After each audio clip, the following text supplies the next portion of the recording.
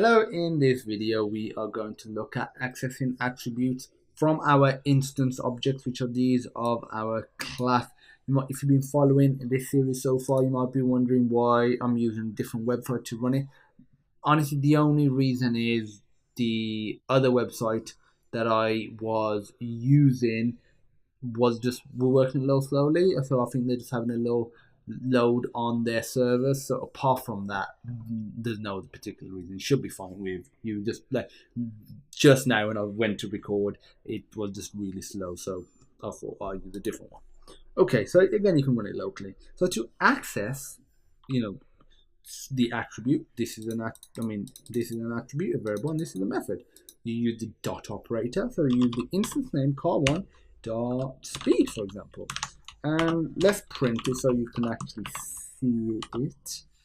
And I'll set speed is fine at 0, so it prints 0 because it's set to 0 initially. So let's see what happens. So what I'm actually going to do is put some extra code in. I'm going to say speed for car 1. It should be over here, like so.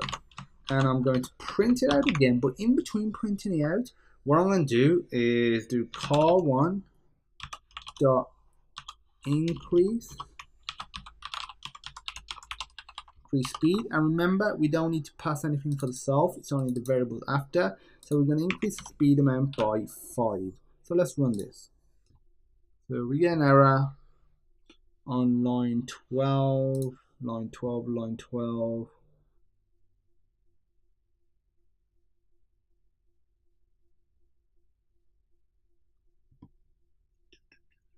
What is the error? Let's have a look again. Let's go back to it.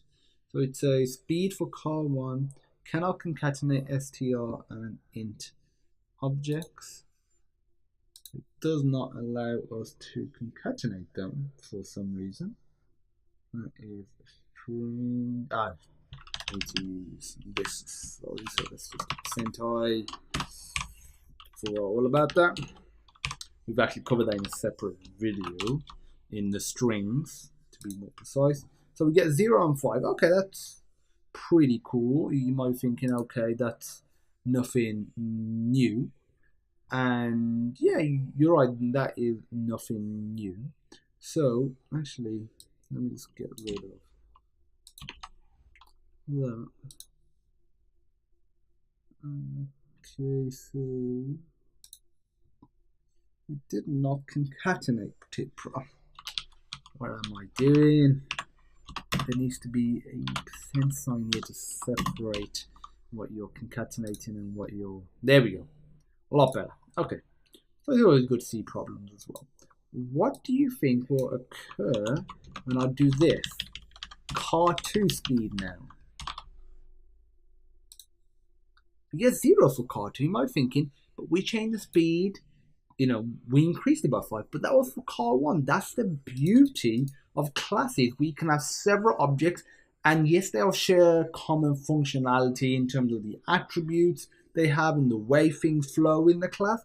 But at the end of the day, they have their own variables. So if I, change the speed for car1, car2 doesn't change. That makes sense. If, we have 2 cars in real life, and car1 accelerates and car2 is still standing still, they're at different positions, they're at different speeds, different acceleration, for example. So it makes sense they'll have their own attributes. Honestly, that's it for accessing attributes. Obviously, it doesn't matter if you have more complex method with more parameters, you're just passing more parameters. But really, this is all you need to know is the dot operator. Thanks for watching, and I look forward to seeing you in the next video.